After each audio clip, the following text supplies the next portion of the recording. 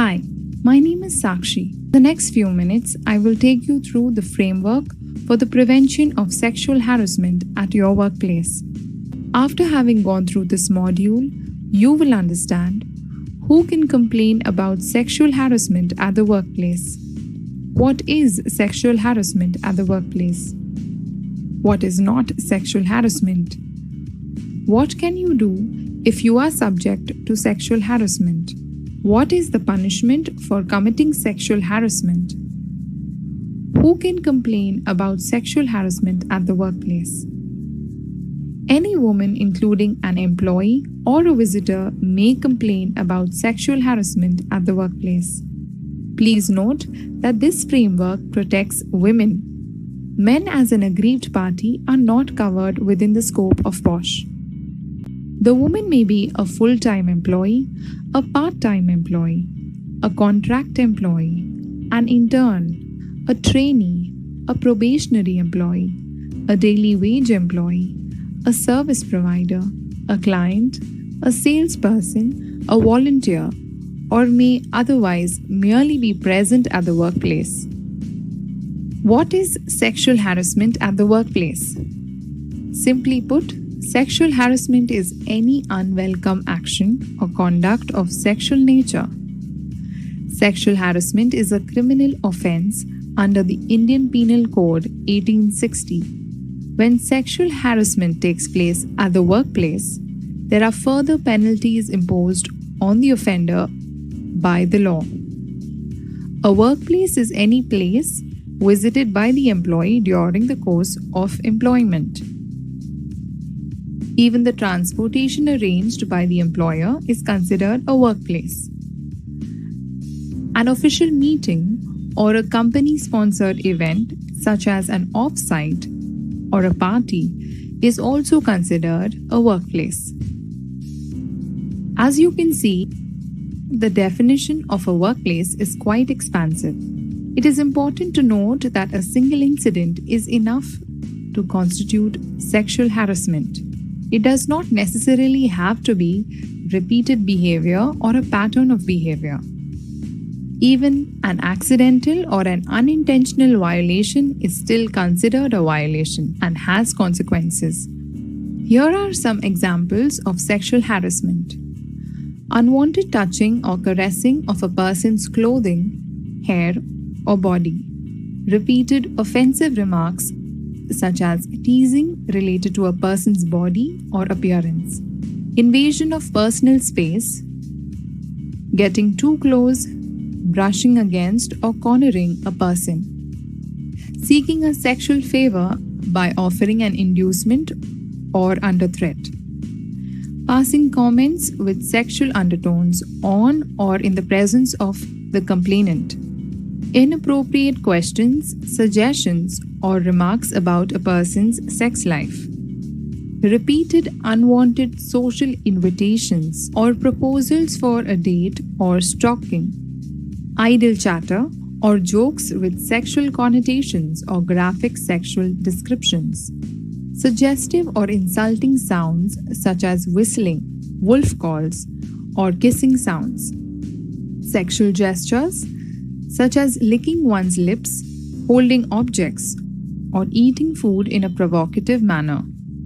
Spreading rumors with sexual undertones about someone's private life. Here is a golden rule to follow. If you are not sure whether an action would be regarded as a sexual harassment, it would be best not to commit that action. What is not sexual harassment? Some actions, although illegal, are subject to disciplinary action. These may not fall within the framework of POSH. Here are some examples. An act that does not have sexual undertones may not qualify as sexual harassment. An example is passing unwelcome comments on one's personal or religious beliefs. Sexual harassment between two members of the same gender is not covered under POSH. POSH protects women. Men as an aggrieved party are not covered under the scope of POSH. Do remember that even though not covered by the POSH Act, such actions may still be punishable under the criminal law if they are otherwise illegal. Such actions may also make the offender liable to disciplinary proceedings and punishment by the company. What can you do if you are subject to sexual harassment? Speak up and say no. Feel free to walk away from any situation that makes you feel unsafe. Approach the Internal Complaints Committee (ICC) of NetScribes. Send a written complaint of the situation to the ICC and seek an acknowledgement of submission. Upon receiving the complaint, the ICC shall decide the date, place, and time for receiving the complaint and shall intimate the same to the complainant and the respondent. The ICC shall follow the principles of natural justice while handling such complaints. A complaint should be sent to the ICC within 3 months of the incident. However, the time frame is extendable in certain circumstances. What is the punishment for committing sexual harassment? The punishments for committing sexual harassment are serious and may reflect on professional standing and career prospects of the offender. Particularly, an aggrieved woman is entitled to compensation, which is deduction from the pay of the offender. Such sums can also be recovered from an ex-employee through legal proceedings.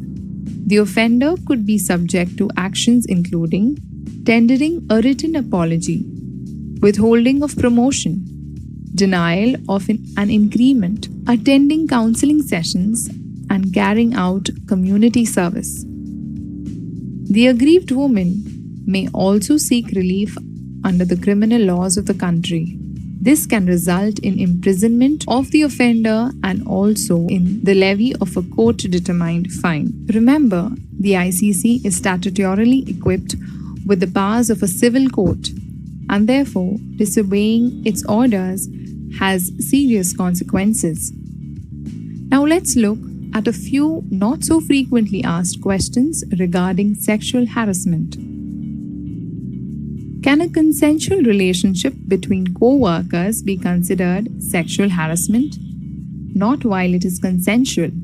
However, depending on the facts of the matter and the changes in circumstance from consensual to non-consensual, it may constitute sexual harassment. If an indecent proposal was made orally, how will the ICC decide the matter? Even where there is no material evidence, the ICC has the power to investigate and decide based on circumstantial evidence in the form of witness statements, pre- and post-conduct of the concerned parties, and more. Lack of tangible evidence is not necessarily fatal to the complaint. Can a hierarchical junior be held guilty for sexual harassment of his senior officer? Sexual harassment can take place between anyone, irrespective of hierarchy. If the junior is found guilty of committing sexual harassment, he can be punished as such. If a client or a vendor makes sexually laced comments at a meeting, is it considered sexual harassment under the POSH Act, even though the offender is not employed with the company? Workplace under the law includes any place visited by the employee arising out of or during the course of employment. It includes not only your office, but also the office of your client and vendors. The ICC can take action in this situation. What are the legal provisions regarding sexual harassment? The major legal penalties under the Indian Penal Code 1860 are as under: Section 354A, sexual harassment, up to 3 years in jail plus a fine. Section 354B, forcing a woman to undress, up to 7 years in jail plus a fine. Section 354C, capturing images of a woman without her consent. For the first conviction, up to 3 years in jail plus a fine. For the second and subsequent conviction, up to 7 years in jail plus a fine. Section 354D, stalking, including e-stalking. For the first conviction, up to 3 years in jail plus a fine. For the second and the subsequent conviction, up to 5 years in jail plus a fine.